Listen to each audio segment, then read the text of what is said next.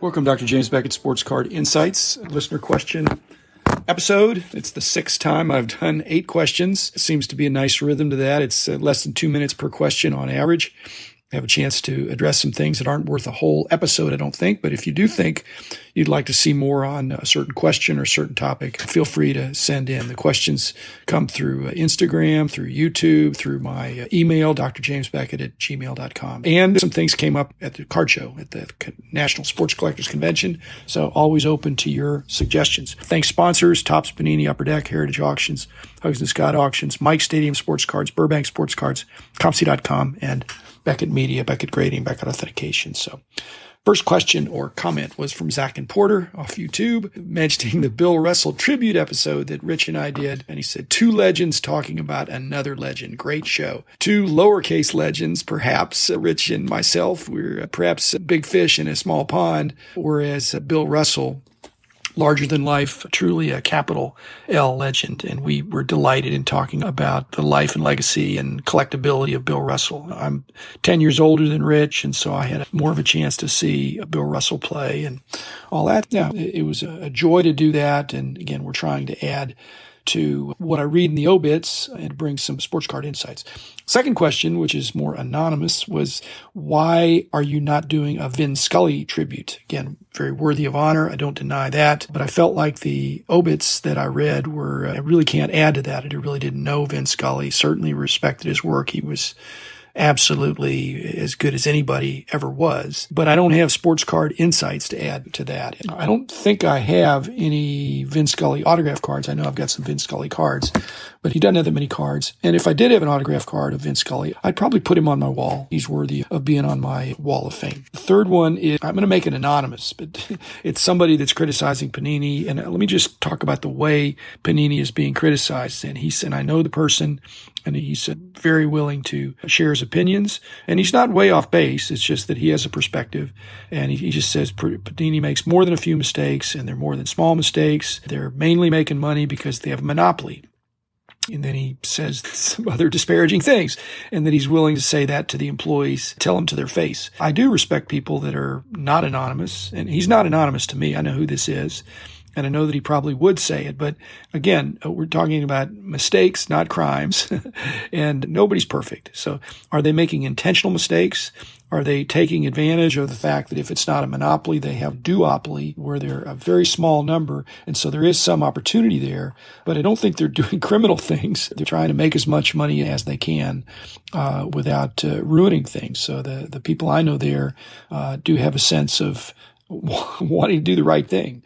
And as for monopoly, there are very few things that are really a monopoly, because if you press your monopoly and you raise your prices, there's so many other things to do with $100 or $500 or $1,000 in this world rather than buy a card or a box. Anyway, I do appreciate the perspective, and I do hope that y'all will tell these companies, any company, whether my sponsors or not, tell them to their face and give them some specifics. Number 4 was from Ben Bram. I've been on before. An advanced collector, loves postcards and photos, especially pre-rookie things.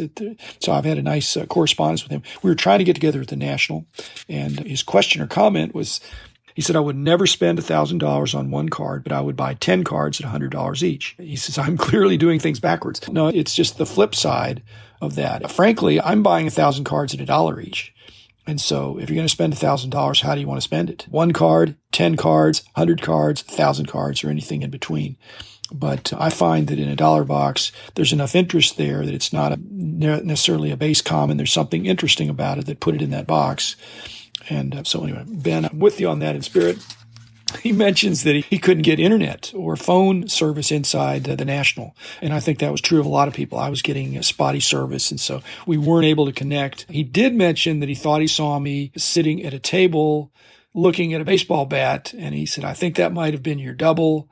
And hopefully not an evil twin. Ben, it was not an evil twin. It was not me. I'd like to know who it was. Wearing a checkered shirt, which is not me. So if you were wearing a black and white checkered shirt, contact me. I'll see if you're a long-lost cousin or something. But thanks, Ben. And I do hope we can connect at a future time. Sorry about that. Next one was from Adam Nachi, commenting about my interview with Kunal Chopra, the new Beckett CEO. And nice comment here about concern about making changes to the branding or slab. There's a risk associated with that. I do agree. I do make a distinction between the brand and the logo.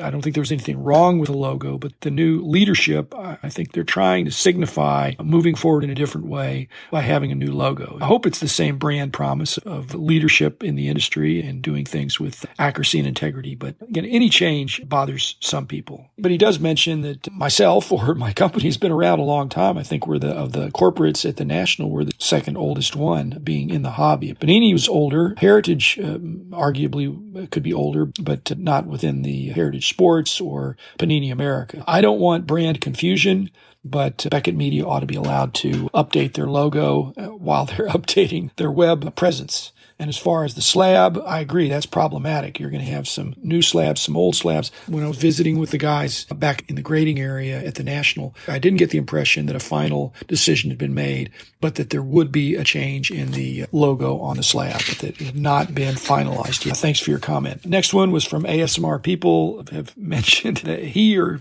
they, I don't know what the pronoun is for ASMR people, but let's say they, he just said you're pretty funny on the SCI video. Well, SCI is not going to stand for Sports Card Insights. It stands for Sports Card Investor. I was on with Jeff Wilson. In fact, I had so much fun with it and had a little bit of time before we even started that I'm running the audio version of some of that because Jeff happened to be over at Burbank when I was there. And he said, let's do a box break. And I said, fine. But Sports Card Investor, Jeff has his own ecosystem. That was good to bump into him. And he made it fun. And that's a break for me. I was the big winner, even though I allowed him to retain what he had paid for. He paid for the whole thing. So I wasn't going to take the Griffey as a part of that. Next was from John Doe, who's written before. Again, a lot of interest in this Dennis Walker thing that Shui and I talked about. It just made me think about that again. And John Doe, who I guess looks into these kind of things, said you maybe should talk about the disappearance of Philip Breen, who was one of the owners in the senior baseball league from 30 years ago, and he's still eluded law enforcement. I don't want to ignore the negative, but that was somebody in the mortgage business doing some things that they haven't figured out yet, potentially a pyramid scheme. But thanks, John, for bringing that up. Again, it's negative, but it just shows you got to be wary. Even when somebody's throwing around a bunch of money, if you don't know the person, be careful. 99% of the people in the industry are really good, but 1% can burn you pretty bad sometimes. The last one, it's a question from my Podpage website from Michael Gehring.